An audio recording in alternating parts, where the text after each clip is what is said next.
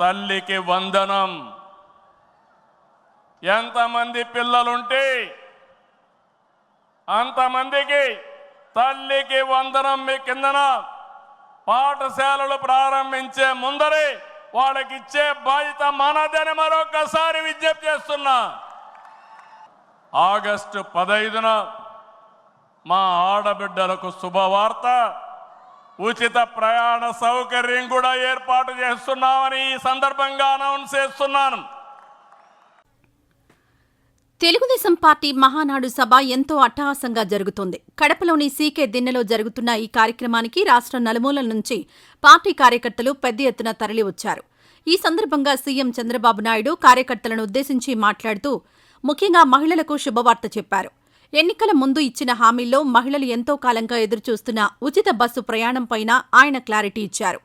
కూటమి అధికారంలోకి వచ్చిన తర్వాత ఎప్పుడెప్పుడు ఆ శుభవార్త చెబుతారా అని మహిళలు ఎదురుచూశారు. దీనిపై కూటమి నేతలు కూడా అప్పుడు ఇప్పుడు అంటూ చెప్పుకొచ్చారు. ఎవరూ క్లారిటీ ఇవ్వలేదు. అయితే మహానాడు సభ వేదికగా బాబు ఈ అంశాన్ని తీస్తారు అని ఎవరూ ఊహించలేదు. అయినప్పటికీ మహిళలందరికీ గుడ్ న్యూస్ అంటూ ఆగస్టు 15వ తేదీ నుంచి ఏపీలో మహిళలకు ఉచిత బస్సు ప్రయాణ సౌకర్యం కల్పిస్తున్నట్లు చంద్రబాబు నాయుడు చెప్పేశారు. ఈసారి నేరుగా చంద్రబాబే ప్రకటించడంతో మహిళలు హర్షధ్వానాలు చేశారు. అంతేకాకుండా మహిళలనుద్దేశించి పలు కార్యక్రమాలు చేస్తున్నట్లు ఆయన చెప్పారు. మహిళా సంక్షేమానికి ఏపీ ప్రభుత్వం చేస్తున్న కృషిని వివరించారు. మహిళలకు దీపం పథకం ద్వారా ఉచిత గ్యాస్ సిలిండర్లు ఇస్తున్నామని, తల్లికి వందనం, బిడ్డల ఉన్నతికి దోహదం చేస్తున్నామని చంద్రబాబు వెల్లడించారు. ఇదే సమయంలో అన్న క్యాంటీన్ల ద్వారా పేదల ఆకలి తీరుస్తున్నామన్నారు. డీఎస్సీ నోటిఫికేషన్ ఇచ్చి మళ్లీ స్కూళ్లు తెరిచే లోపల ఉద్యోగాలిస్తామని చంద్రబాబు ప్రకటించారు.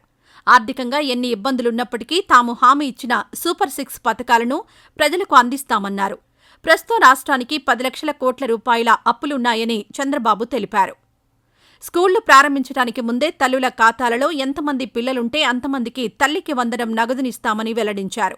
ఇక అన్నదాతలకు న్యాయం చేసేలాగా నిర్ణయాలు తీసుకుంటున్నామని, త్వరలోనే అన్నదాత సుఖీభవ కూడా అందిస్తామన్నారు. రాయలసీమను హార్టికల్చర్ హబ్గా తీర్చిదిద్దుతామని చంద్రబాబు పేర్కొన్నారు.